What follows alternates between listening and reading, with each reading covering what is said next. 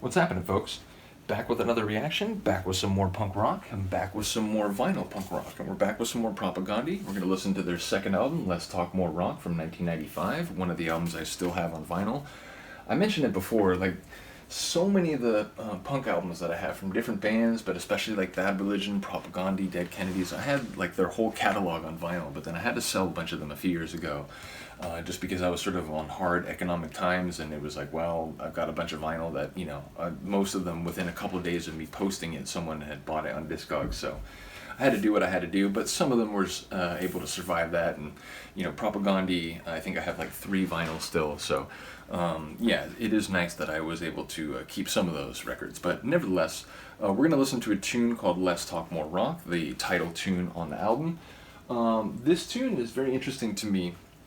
I mentioned, this album overall, it was exciting, but also a bit challenging because, you discover a band and they have a certain sound. Okay, that's what that band sounds like. And then they come out with a new album and it's like, oh, interesting. It has a different sound and it takes you a little bit to digest. That certainly happened with this album, although I did like it right away. A couple tunes in particular. The opening tune, Apparently I'm a PC Fascist, and then And We Thought Nation States Were a Bad Idea. Those 2 songs just, from the moment I heard them, I was like, oh, this is amazing. But I will admit, there were some other songs on the album that took me a little longer to sort of really enjoy. Now I absolutely love the album.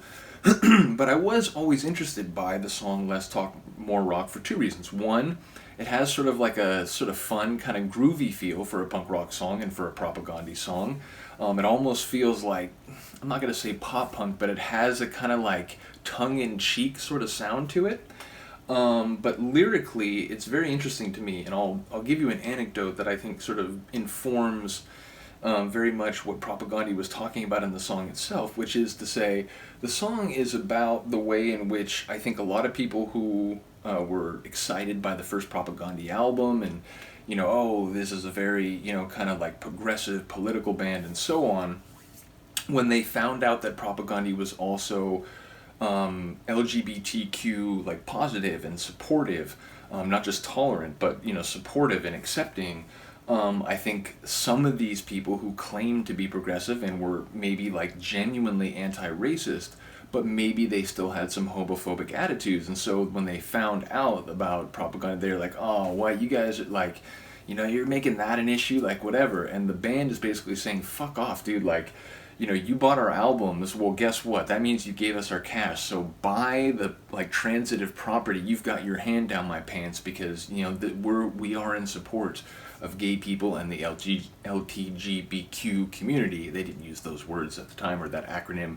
But that's what the song is about, that, like, look, we support gay and trans people, we support non-binary folk, and if you're bothered by that, even though you claim to be against oppression and you claim to be against bigotry because you don't like races and so on, well, like, maybe it's you who needs to expand your mind. Maybe it's you who needs to, stop freaking out. And they say, in the song, you can, all the fists in the world, you can try to jump on stage and beat us up or like whatever. It's not going to change the fact that, that's what we support, and if you bought our music before, well, guess what? You gave money to people who support that cause that you're apparently so bothered by. So the anecdote is, I had a friend, he was like sort of a friend of a friend. He was a friend of my ex-girlfriend. There was a girl that I dated in high school. She was still hanging around. I was still friendly with her. And then she had some other friends who didn't go to our high school, and it was one of that group of friends. And so when I first went to a party where this guy was at, I remember talking to him and he was like, oh, you like Propagandhi? I was like, fuck yeah, I like Propagandhi. And at this point, these were the only 2 albums out, because I think this would have been like 98 or something like that, 97.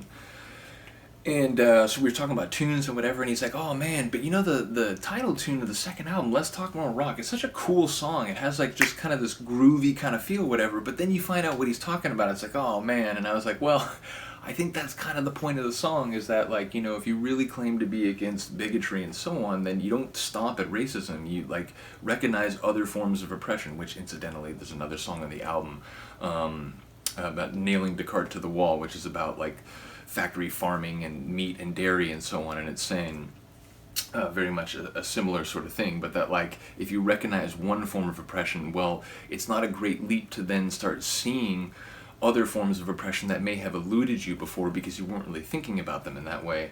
And so I wasn't, going to get into a big argument with this guy. I think the party was actually at his house, but I was just like, yeah, man, like, I just try to listen to the song some more, because I think that's what they're saying, that, like, if you really value what they said in the first album, maybe think about that, and maybe recognize that, the people that, some people draw, oh, it's just a fag, or like whatever. It's like, yeah, it's a human being, and, the fact that, like, you see your romantic or sexual interest differently, like, why should that lead you to dehumanize them, and so on. So, I do remember talking to him later, and he was still a big Propagandhi fan, so I don't think it was something that made him go, oh, I can't listen to this band anymore, but he did kind of express the very sentiment that I think the song gets at, which is like, look, if you claim to be anti-racist, well then, maybe extend that same value and respect for a vulnerable demographic group to a different sort of dimension. So yeah, that's what I thought, or that I think was a relevant anecdote in terms of how it relates to the lyrics. Nevertheless, let's get to it. This is Propagandhi from their Less Talk, More Rock album, the song Less Talk, More Rock, which I believe is the third cut. Yeah.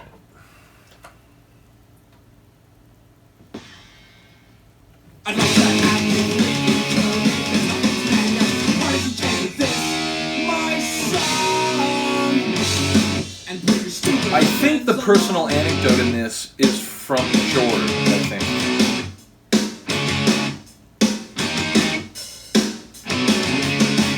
You wrote this song 'cause it's fucking boring to keep spelling out the words you keep ignoring. Macho shit won't faze me now. It just makes me laugh. And that's what just to take a bow. Did you know that when I was 9, trying to fuck a friend of mine, he was 8, then I turned 10. 14 years later and happy again with another friend. This is where it feels like very cheeky. On the receiving end.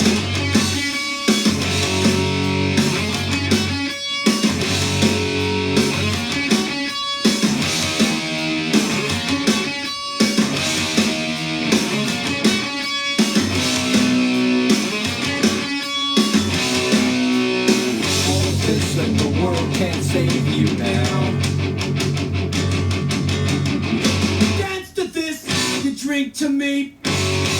My sexuality, with your hands down my pants like transitive property. Hold On, a song written and sung by John K. Sampson.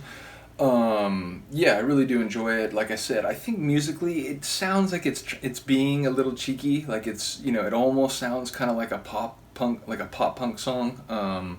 But the lyrics are obviously, a far cry from what you would typically think of in a pop punk song. But it does have like it's almost like a sarcastic sort of musical setting to these words.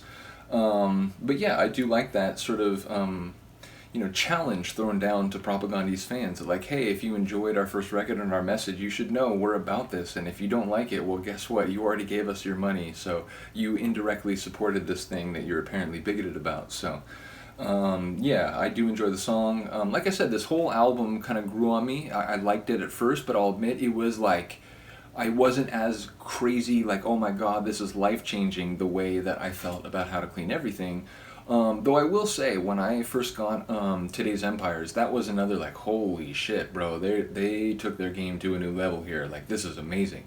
So yeah, this album initially was kind of like, the redheaded stepchild of the first few albums, but I've since come to very much value and respect its place in their discography. So yeah, let me know what you think. Let me know if you like the song or just the album more generally. Let me know if there's a particular tune you'd like to hear from it. Other than that, thank you for listening and watching. Have a good day, have a good night, and I will see you next time. Peace.